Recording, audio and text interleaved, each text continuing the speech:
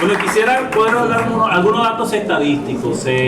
Primero, en República Dominicana se promedia un número de suicidios de alrededor de 600 al año. ¿Ya? Un poquito más, un poquito menos. El año pasado pues ocurrieron 648 suicidios, de los cuales 554 son de hombres y 104 son de mujeres. A nivel local y a nivel mundial, los hombres se suicidan 5 veces más que las mujeres, ¿sí? Así que si usted es hombre, tiene la probabilidad de suicidarse más fácil que una mujer, 5 veces más, ¿sí? En relación a los datos que nos toca, es el suicidio en adolescentes. Primero definimos un poquito el tema de la adolescencia y poniéndolo en rango pues de edad. Si nos vamos a los rangos de edad, tendríamos un debate aquí de diferentes autores, pero pienso que dejamos en aquellos que sean de 19 o 15 hacia abajo. Vamos a discutir qué es un adolescente. Hay que discutir por ahí qué es el adolescente. Hay diversas discusiones en este sentido. Lo primero es que hay que definir que la adolescencia es un periodo de tiempo que transcurre entre la pubertad y la edad adulta. Es una etapa de transición, como se ve, como se define. La discusión gira en torno más bien al tipo de madurez. Si la persona tiene 15 años en adelante, se considera un adolescente. Sin embargo, cubre el 13 hacia abajo. 21 años también va a depender del tema cultural. Recuérdate que hay un aspecto legal incluido en esto. En Estados Unidos son 21 años para considerarte una persona adulta. Aquí son solo 18 años de edad. En términos judiciales, pero José tiene esa parte, se valora también el tema de qué tan elaborado es el pensamiento de un adolescente en función del acto que comete, de manera que hay muchas divergencias en ese sentido, pero vamos a postular que un adolescente es ese periodo de tiempo que transcurre entre los 14 años, 13 años, hasta los 18 concluyendo, en nuestra cultura.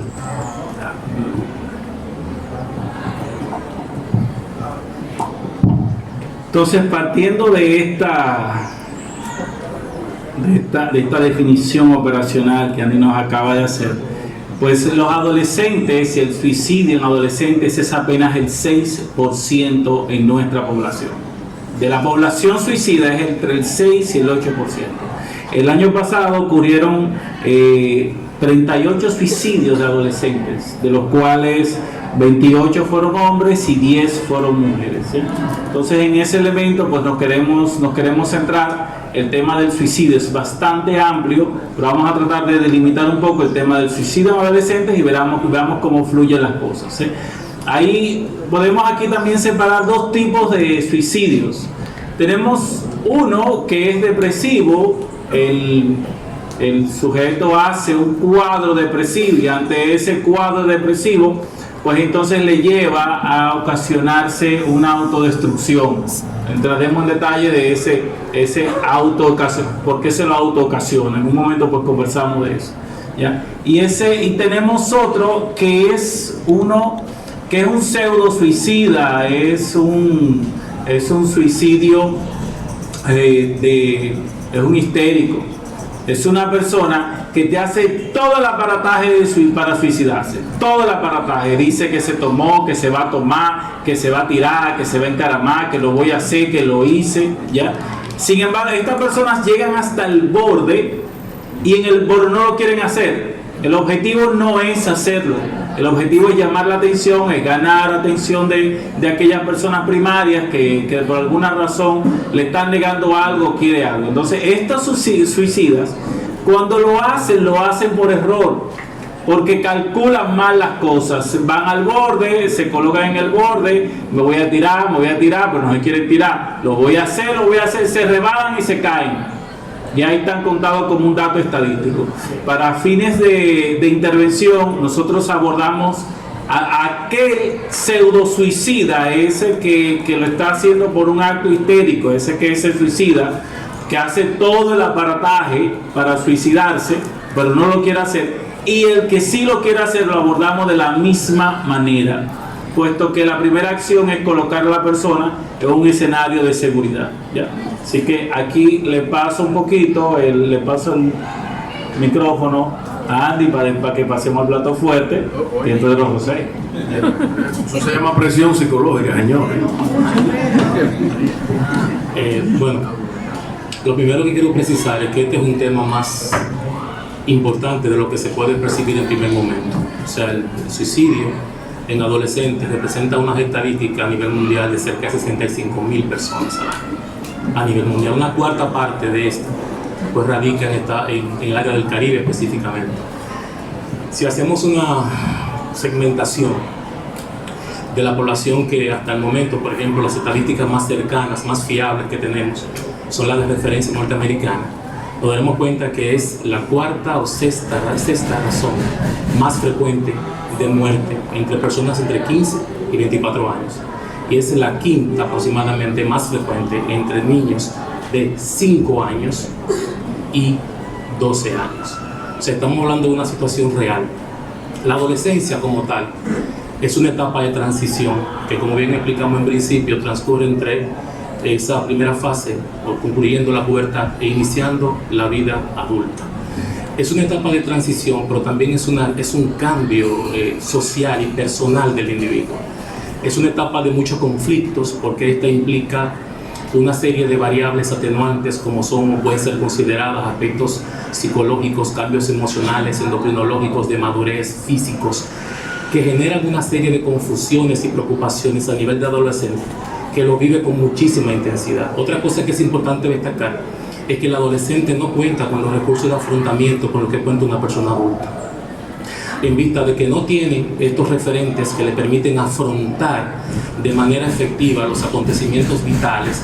Es de entender también que las situaciones propias de esa situación y entorno familiar y demás podrían ser también variables que incidan en este tipo de temática. Un ejemplo de eso es que es muy probable, y podría ser hasta un tema de investigación, si a mayor cantidad de divorcios, siendo este un tema traumático, que bien puede ser traumático para un adolescente, si esto podría incrementar la posibilidad de que un individuo atente contra su vida durante esta etapa.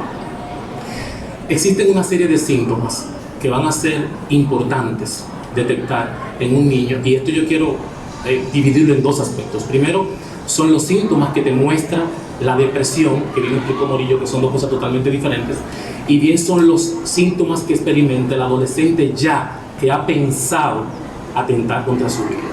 Lo primero es que la depresión, como un trastorno del estado de ánimo clasificado, en el caso de los niños y adolescentes, no se manifiesta del mismo modo que en los adultos.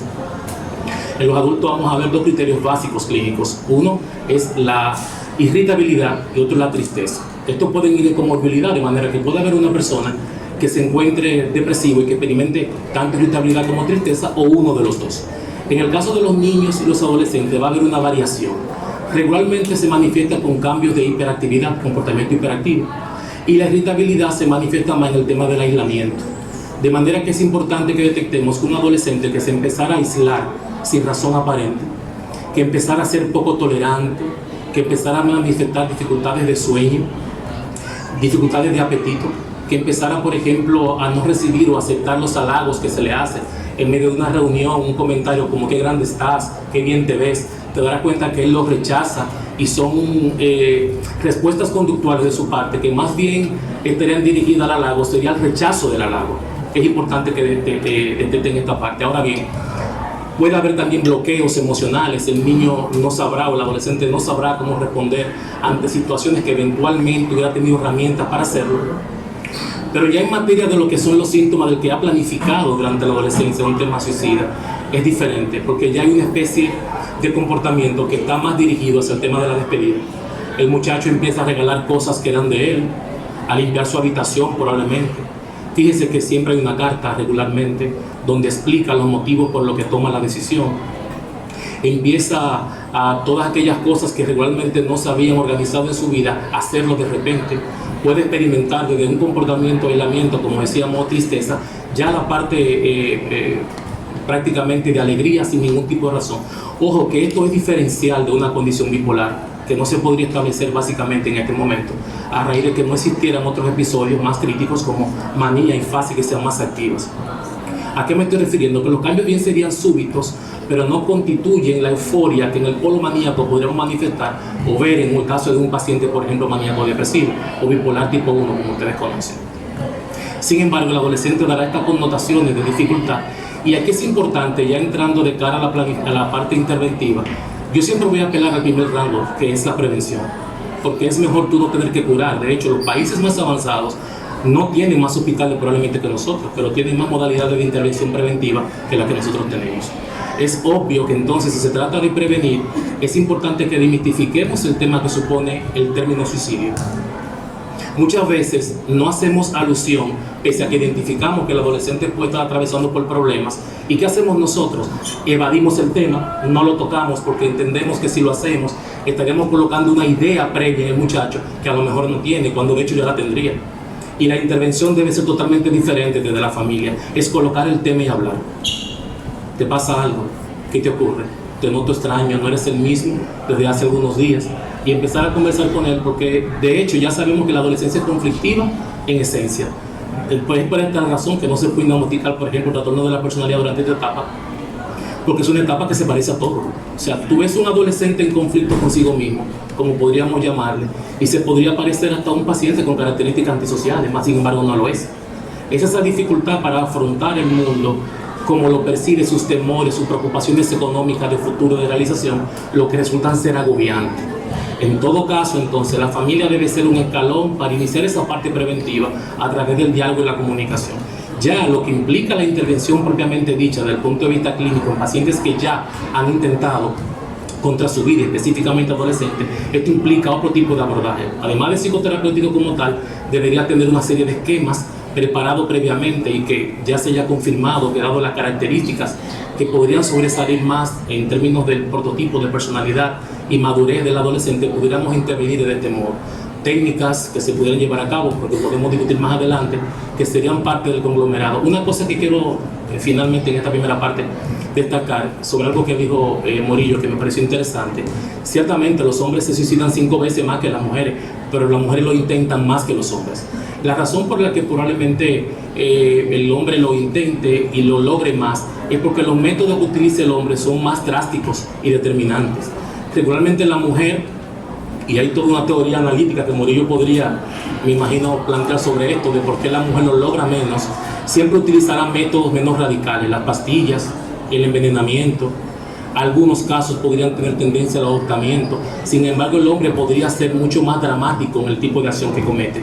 Un tiro en la cabeza, un disparo en la cabeza, podría ahorcarse. Se ha dado el caso incluso en otros países de Asia, donde conducen a alta velocidad en un vehículo y sin embargo no frenan en medio de una pared o un barranco. Estos son métodos radicales que posiblemente podrían estar más bien influenciados por aspectos culturales, por atenuantes del mismo comportamiento del individuo, que va a variar de un ser humano a otro.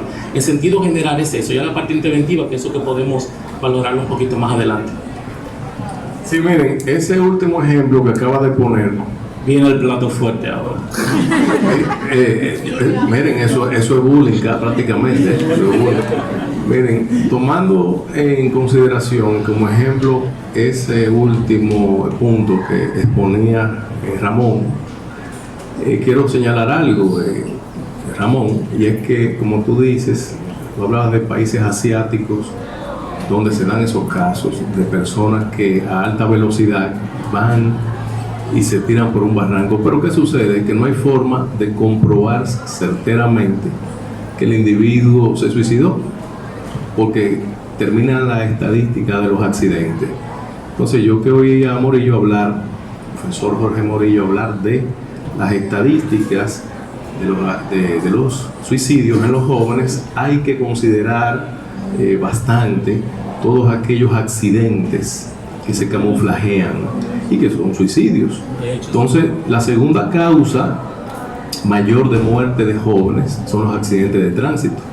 Pero estamos seguros, sin tener que haber hecho un estudio previo donde le podamos demostrar eso, que por ejemplo hay en muchos de esos accidentes intenciones suicidas y actitudes de jóvenes que están deprimidos, que no ven sentido en su vida. De hecho, tú quieres decir que los sujetos los adolescentes que estaban correteando en la autopista Duarte, que estaban grabándose, no sé si recuerdan, hace poco se fue una acción suicida. Te voy a pedir, Morillo, que espere tu turno. Le dije que él era el plato fuerte. Espérate, Morillo, que señores, la verdad que la confianza es una cosa seria. Miren cómo le arrebatan a uno el micrófono.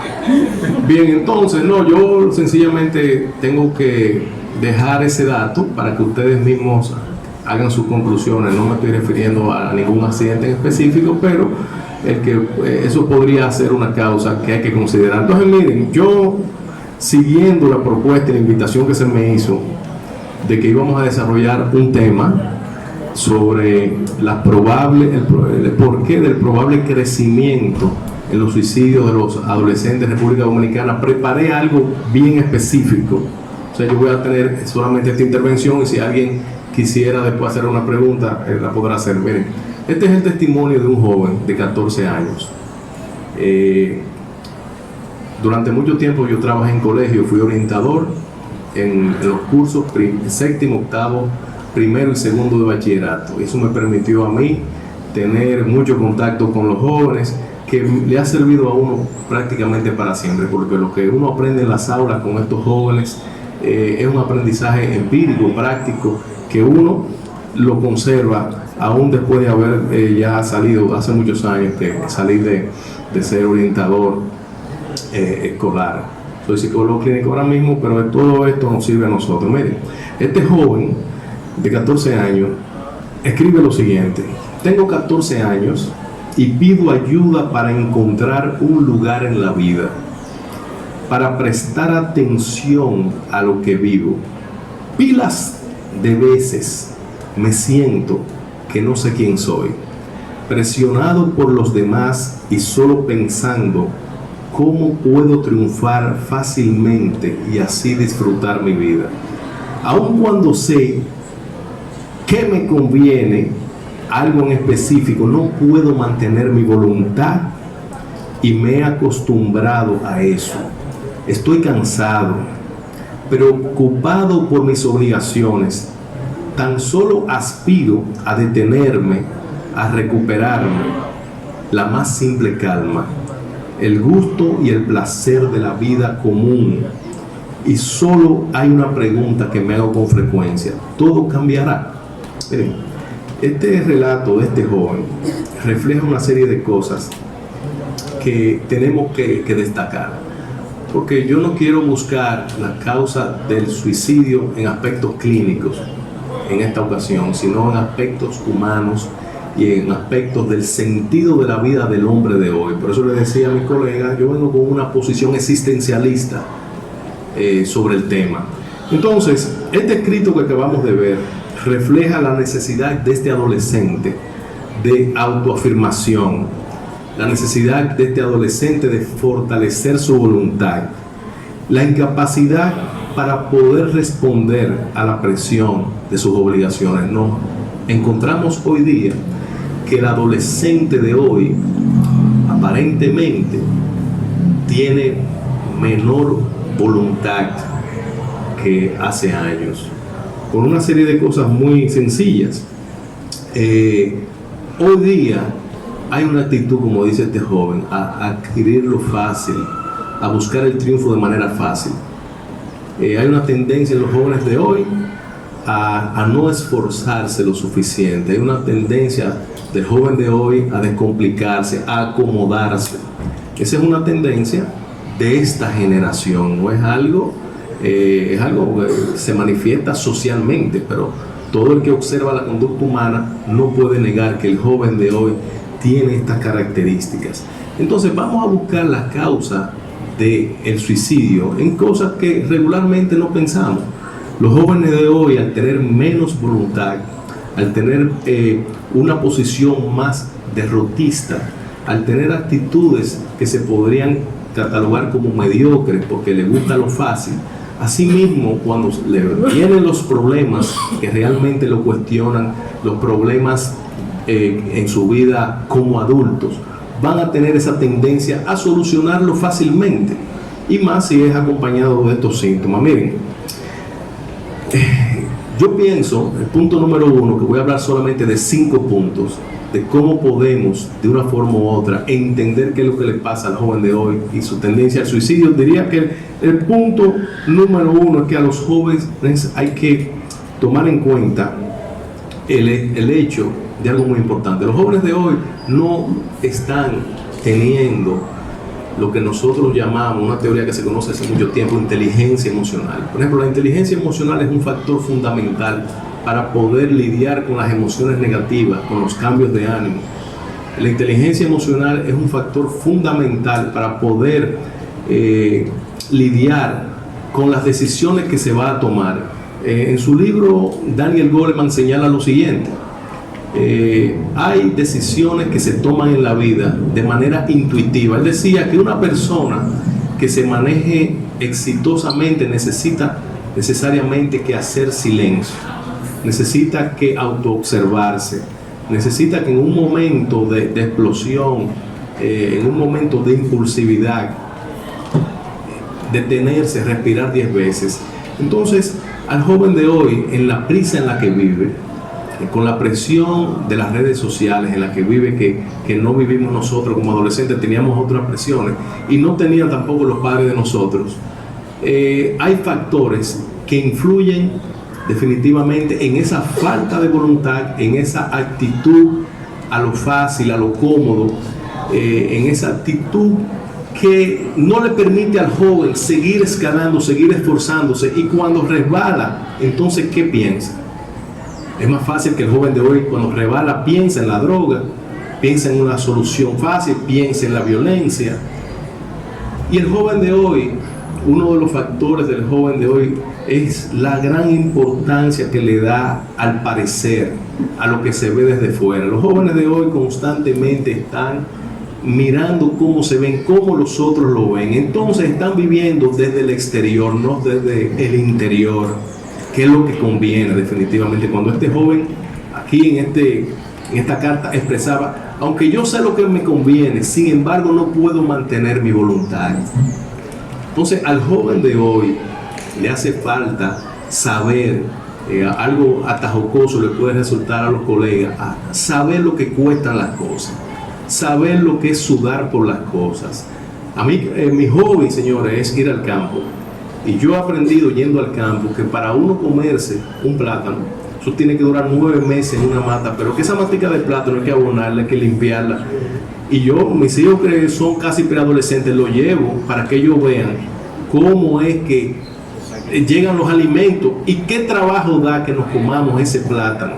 Entonces algo tan sencillo como eso definitivamente puede ir fortaleciendo la concepción del joven de hoy de que las cosas tienen un proceso, que las cosas no son fáciles, que las cosas no son un juego, que no se obtienen aprendiendo un botón. Entonces yo propongo que tomemos en consideración que aspectos fundamentales que se han perdido, como el contacto con la naturaleza, como el silencio que se obtiene y que necesitan los jóvenes para revisarse, porque en la bulla y en la rapidez de cómo queremos las cosas hoy, no nos da tiempo a nosotros autoobservarnos. Un síntoma somático de lo que está pasando en la sociedad de hoy, una sociedad joven, es la cantidad de enfermedades psicosomáticas: gastritis, úlceras, colitis, infartos, cáncer, que se pueden relacionar con el nivel de estrés y depresión que se vive en el mundo moderno. Entonces yo pienso que uno de los factores fundamentales para que los muchachos hacer atención primaria, creo que era el profesor Núñez, que era de atención primaria. Señores, la atención primaria es eso, La atención primaria no es, es hablar de cómo tú, antes de caer en las drogas, puedes encontrar muchos medios para sobresalir, para vivir tu juventud. Recuerden que en la adolescencia hay un sentido, una necesidad de buscar quién soy, y muchos de los jóvenes que se desvían por el camino y que quieren buscar una identidad, y ahí yo voy más a los jóvenes que graban un video antes de tener un accidente. Esos jóvenes lo que están buscando es una identidad, ser alguien, que los reconozcan como alguien, pero hoy me lo han buscar una forma incorrecta y una forma fácil, porque es así más fácil, no, pero más fácil agarrar un carro a 180 kilómetros por hora o beber o usar drogas. Es una manera muy fácil de poder y de que lo reconozcan a uno como el más ácido, el más loco, el más esto. Bueno, entonces yo quiero ya dejar esta intervención finalizando de que lo que el joven de hoy tiene que aprender es a no ser copia. Ustedes conocen, nacemos originales y terminamos muriendo como copia. Hay que dar a conocer a los jóvenes de hoy sobre la alegría que es conseguir las cosas con esfuerzo, la alegría que representa lograr las cosas paso a paso y de manera sudada. Yo pienso que ahí está la clave para hacer la verdadera atención primaria. Trabajar esos aspectos fundamentales desde el hogar, desde la escuela, los padres dando su ejemplo de cómo uno puede ser uno mismo, la autenticidad, que no seamos copias. Eso es lo que hay que enseñarle al joven de hoy. Bueno, un aplauso a los profesores. Quisiera igual sumarme algunas ideas sobre esto en relación al tema del suicidio y las mujeres versus los hombres, al igual como dice a mi amigo profesor, que los hombres suelen ser más letales a la hora de intentarlo, y es verdad, la mujer suele pensarlo más. Hay un elemento que quisiera también agregarle a eso, que es la maternidad. Una madre difícilmente pasa al acto suicida. Lo puede pensar, pero difícilmente pasa al acto suicida, ¿ya? Porque el instinto de supervivencia hacia su hijo y hacia sí mismo con su hijo hace que se detenga, ¿ya? Por eso es que en los datos estadísticos la diferencia entre de 5 a 1 no se da tanto en los adolescentes como en los adultos.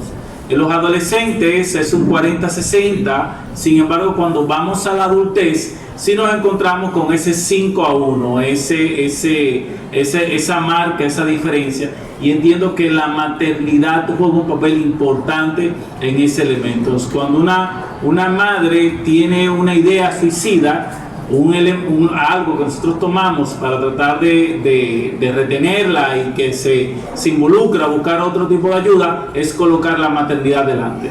Bueno, y si tú lo haces, ¿qué va a pasar con tu hijo? ¿Qué va a ocurrir con tu hijo? ¿Qué va a hacer él sin ti, si tú no estás? ¿Ya? 1. 2, hay en una investigación que hicimos acá desde la UAS, CEDIMAT, mi tesis doctoral, en algún momento lo he compartido y bueno, lo comparto acá ahora, es sobre el suicidio y una serie de aspectos, y algunos de ellos pues los comparto acá con ustedes.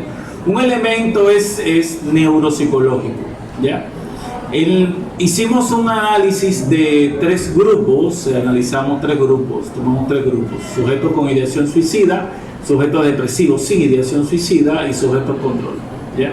A esos 3 grupos les pasamos una serie de evaluaciones, de pruebas psicológicas y de resonancia magnética y resonancia magnética funcional.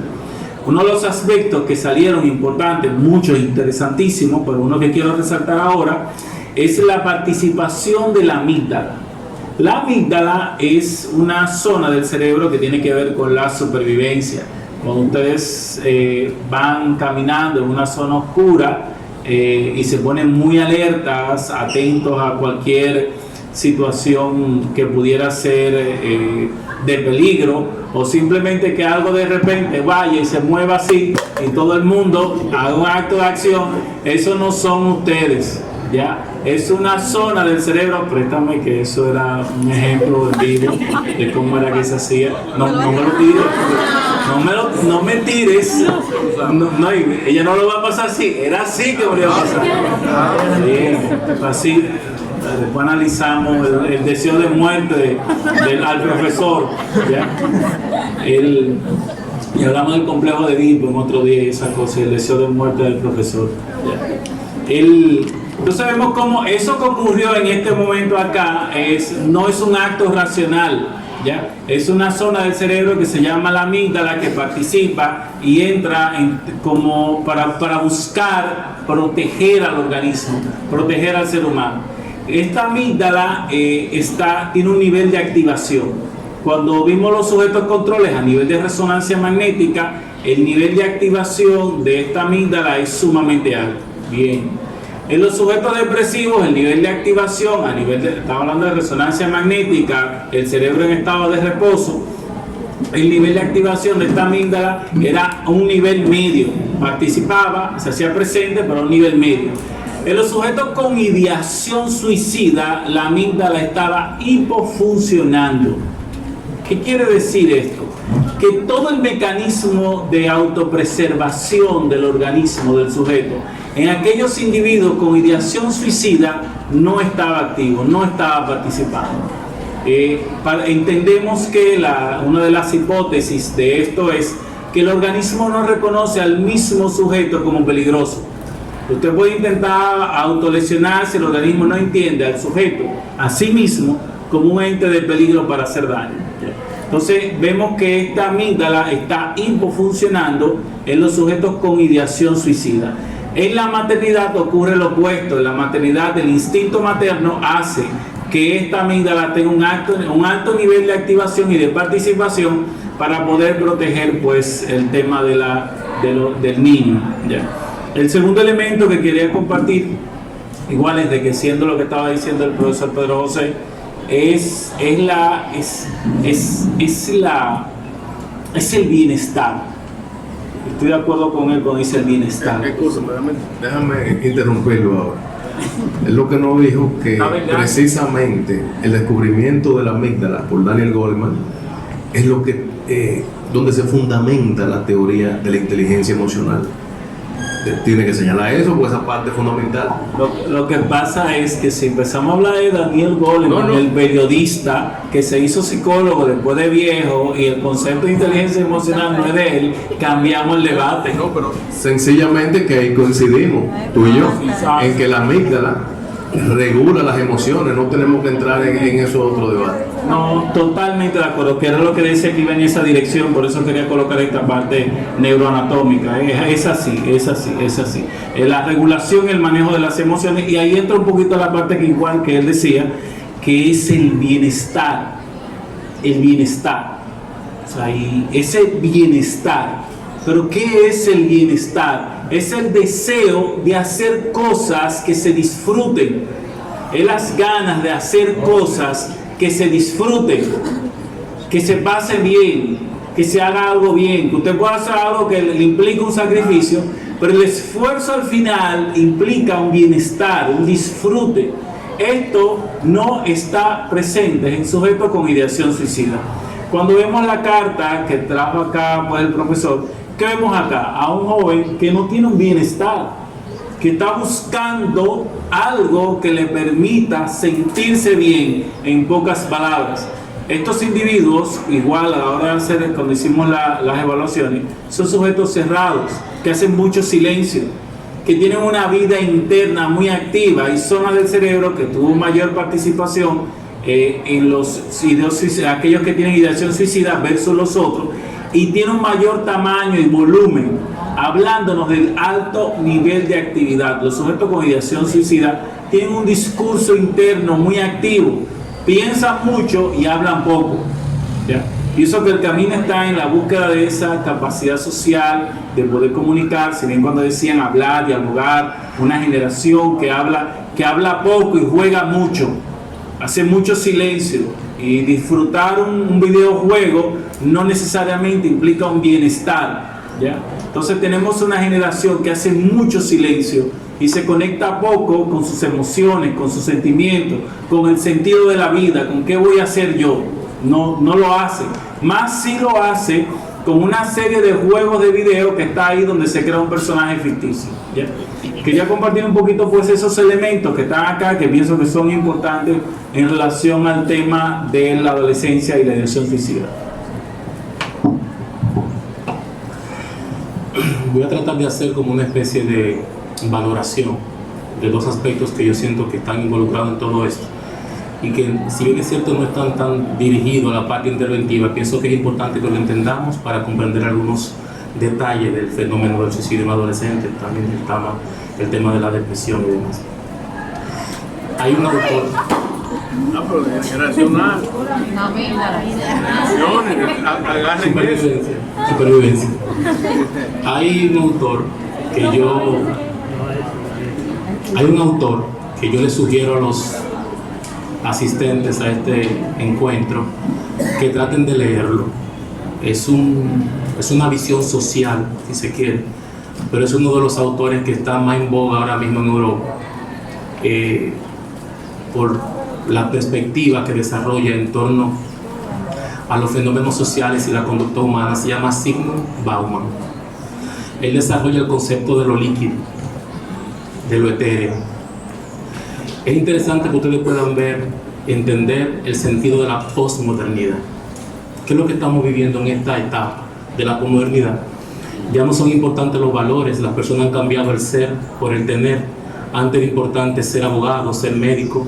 Ahora la gente quiere tener una gran casa, quiere tener una gran jipeta, pero la gente no quiere, parafraseando a Pedro José, asumir o vivir el proceso que implica llegar a alcanzar eso, generando muchos logros a destiempo que no tienen la capacidad de preservarse posteriormente.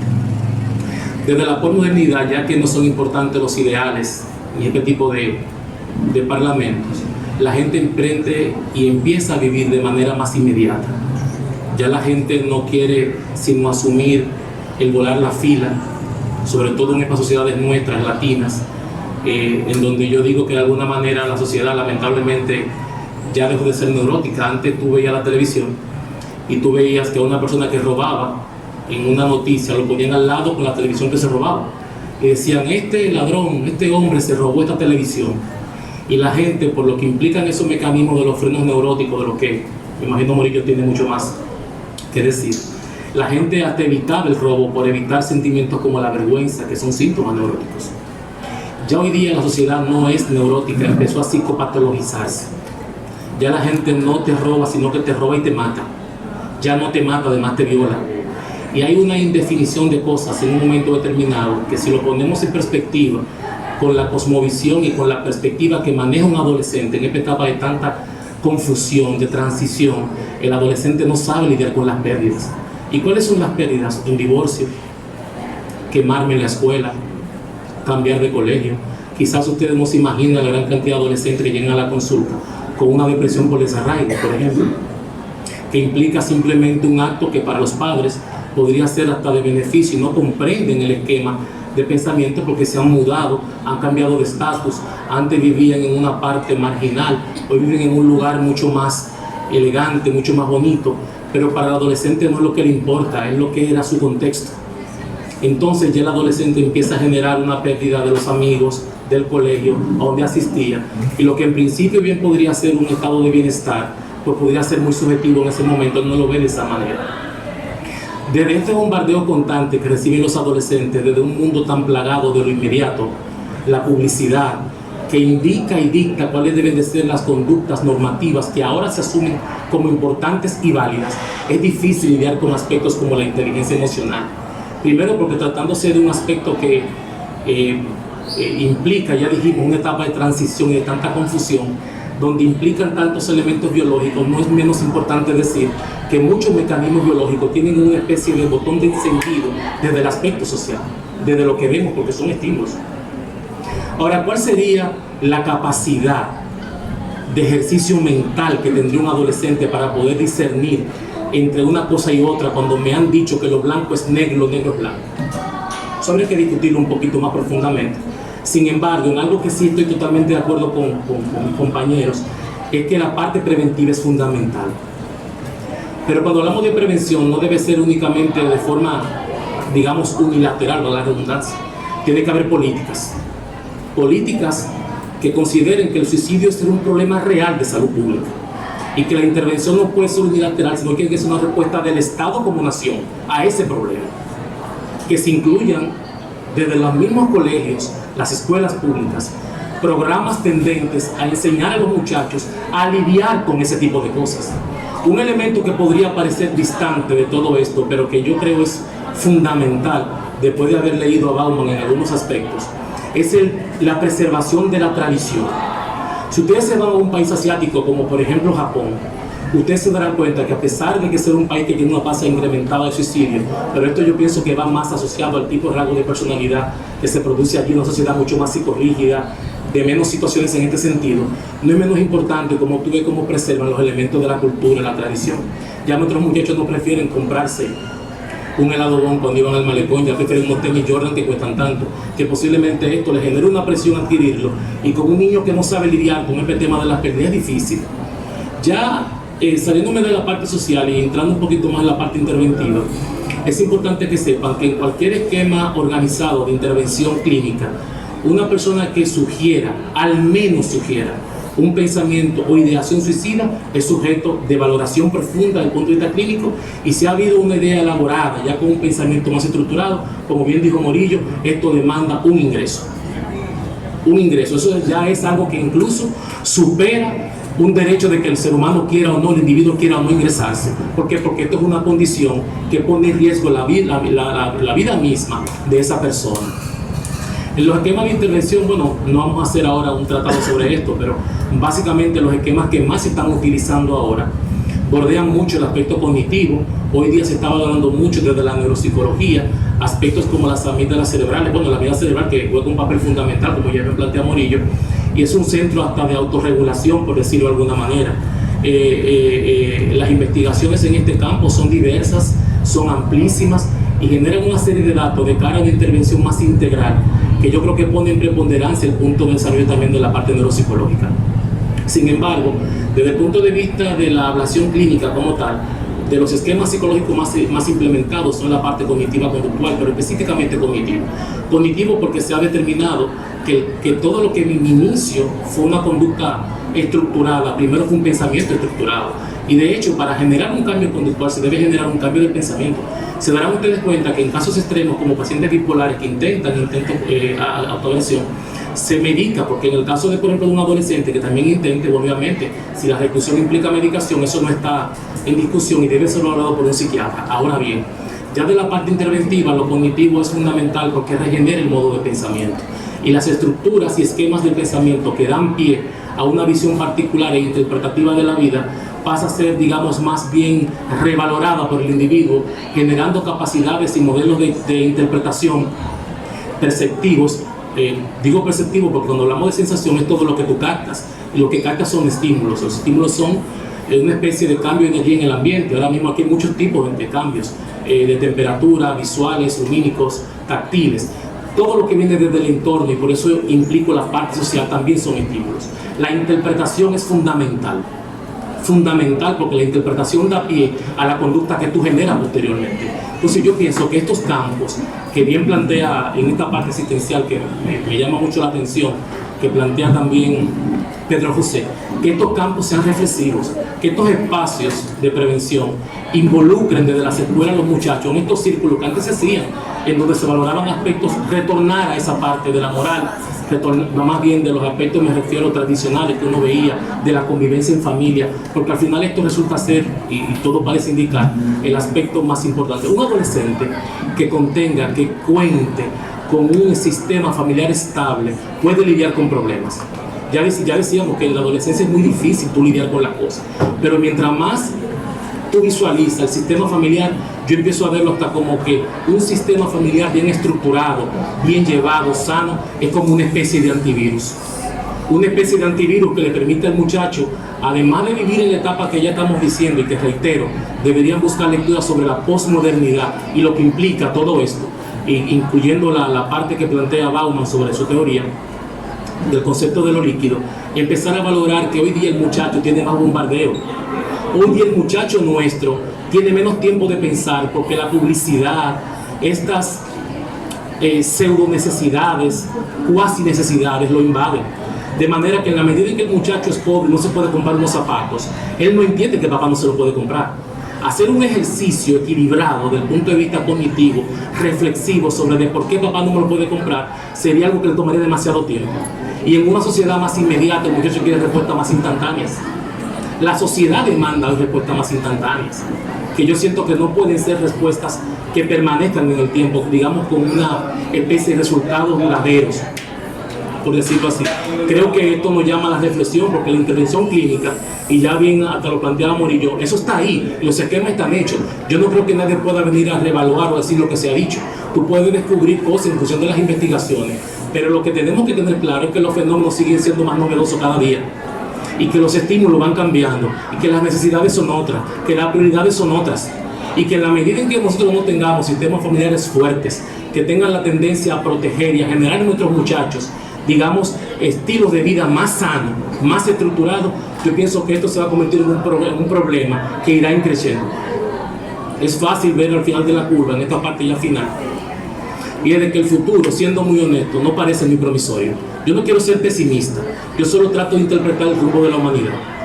Y el rumbo de la humanidad, en la medida en que lo estamos viviendo, no resulta ser muy halagüeño.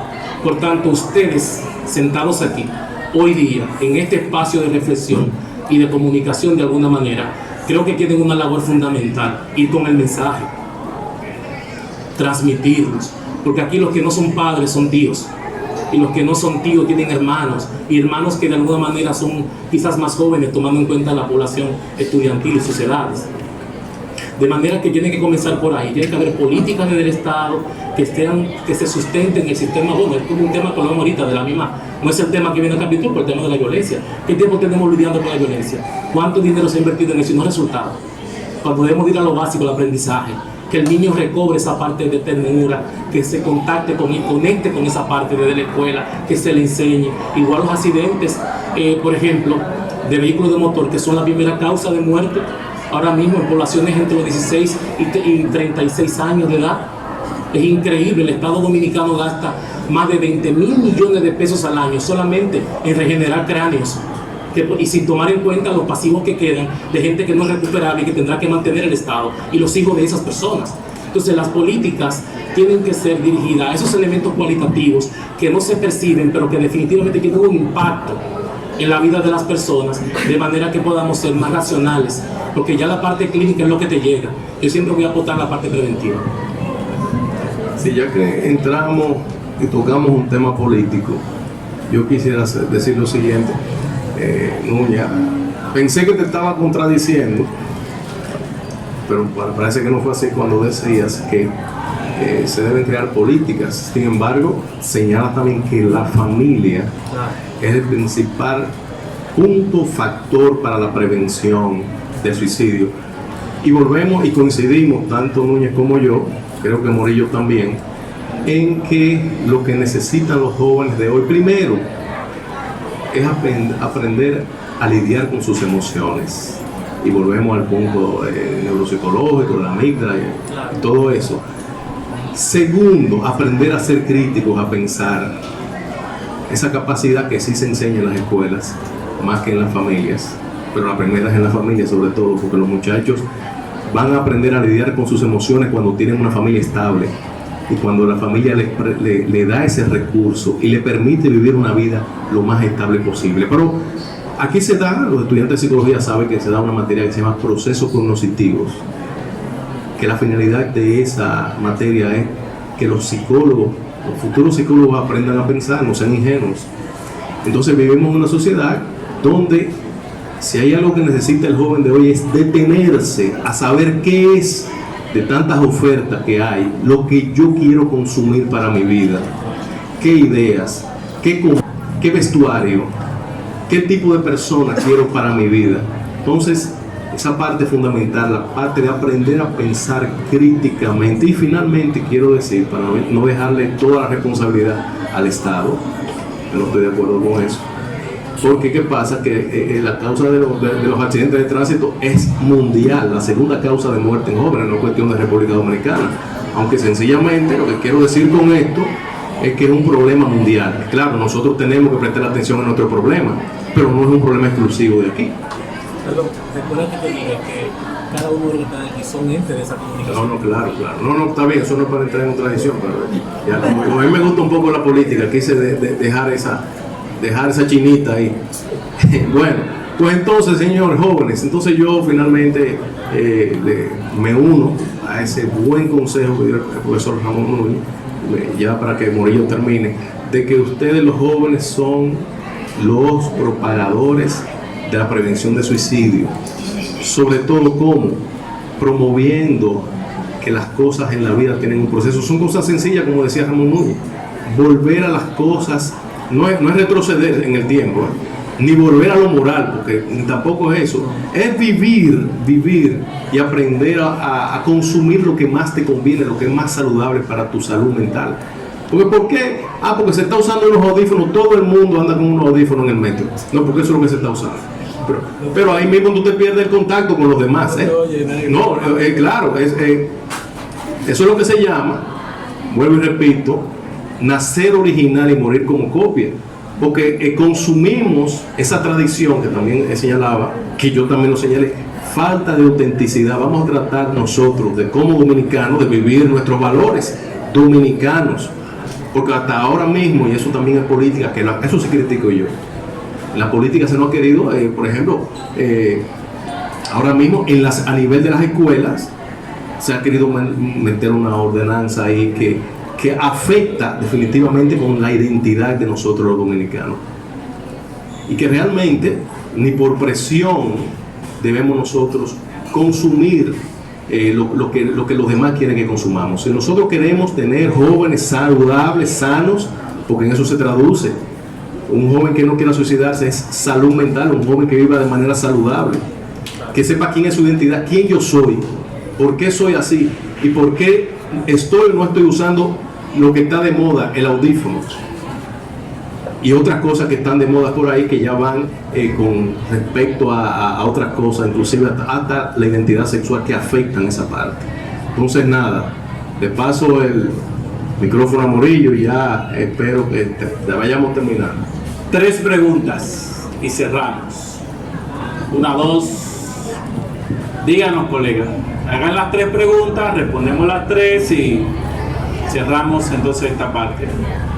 ¿Se puede tomar en cuenta que un niño entre los 7 y 8 años jugando con su hermano amenaza con suicidarse? ¿Es algo importante? Pregunta 2. Díganos, colega.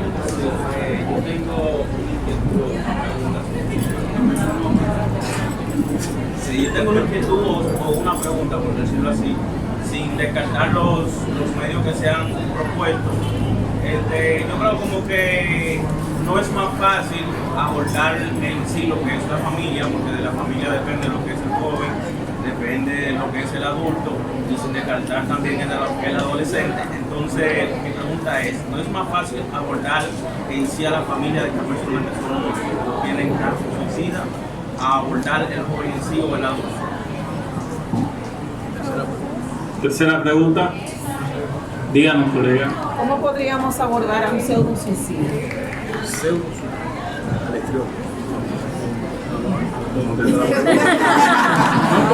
La primera pregunta la contestó Ramón, me parece.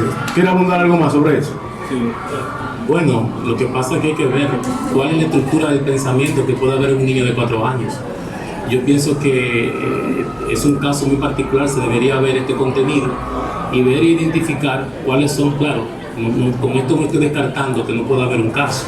Estoy diciendo que cada caso es tan particular que merece ser valorado de manera independiente, con la intención de ver cuáles son los elementos que se involucran o participan de esta situación y que entonces nosotros podamos darle a partir de esa interpretación algún tipo de respuesta. Siempre es importante visitar a un profesional, porque ante la duda radical de un asunto como este, tenemos que buscar los especialistas, que son la gente que están en capacidad de opinar, pero no es tan sencillo tú establecer si un niño de 4 años o no, porque lo comunica. 7, 8 años. Bueno, ya 7, 8 años hay que ponerle atención, porque ya el niño no está fabulándote, ¿de acuerdo? Y él puede tener una estructura de cosas que ha pensado por situaciones que puede estar viviendo y que tú no lo sepas. Ya esa área de cuidado, la recomendación es llevarlo con un profesional. Bien, permiso, maestro. Pienso que con el niño de 4 años hay que tomar en cuenta los modelos que puede haber tenido a su alrededor.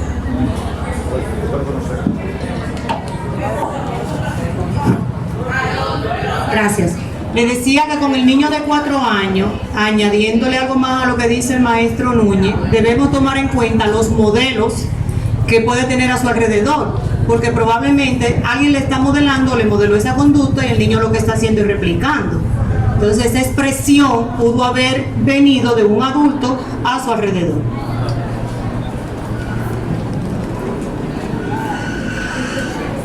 Sí, con respecto a la pregunta número 2, mira, toda persona que está suicida, hay que involucrar a la familia en el proceso de prevención y de tratamiento.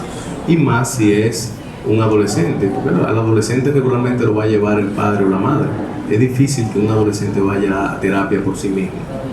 Entonces, siempre habrá que hacer un abordaje al mismo tiempo tanto del adolescente, determinar el riesgo suicida, porque hay ideas suicidas que simplemente ameritan un seguimiento ambulatorio y otras que van a ameritar un internamiento y un seguimiento más continuo.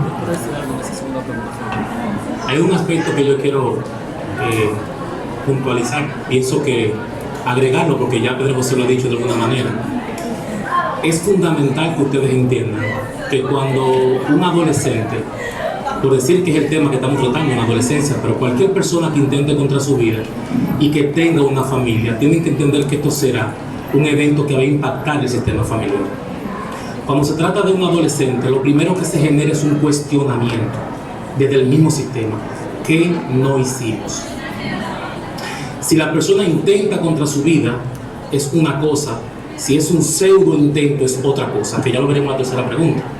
Ahora bien, existen protocolos de riesgos que se aplican en el caso de los pacientes que tienen ideación suicida y que al aplicarlo podemos darnos cuenta cuál es el nivel de riesgo de esta persona que ya lo intentó e incluso hacer proyecciones de si podría volver a intentarlo en medio de determinadas situaciones. Ahora, es difícil porque el sistema familiar tiene que ser instruido. Estas son situaciones que transforman a las familias, no le generan paz. Ya la madre no duerme, está encima del muchacho, va a averiguar si está durmiendo, lo toca en las noches. Se genera una situación ansiosa que afecta el sistema como tal. No sé si Muri va a decir algo en esta zona. Sí, en esa misma dirección, es así, en relación a la pregunta de ese pseudo suicida, ese sujeto que hace todo un aparataje para hacerlo y al final no lo quiere hacer. La respuesta no es toma los 25 pesos, vete para el puente y tírate. Esa no es la respuesta. O sea, tú te quieres matar, pues mátate. Esa no es la respuesta.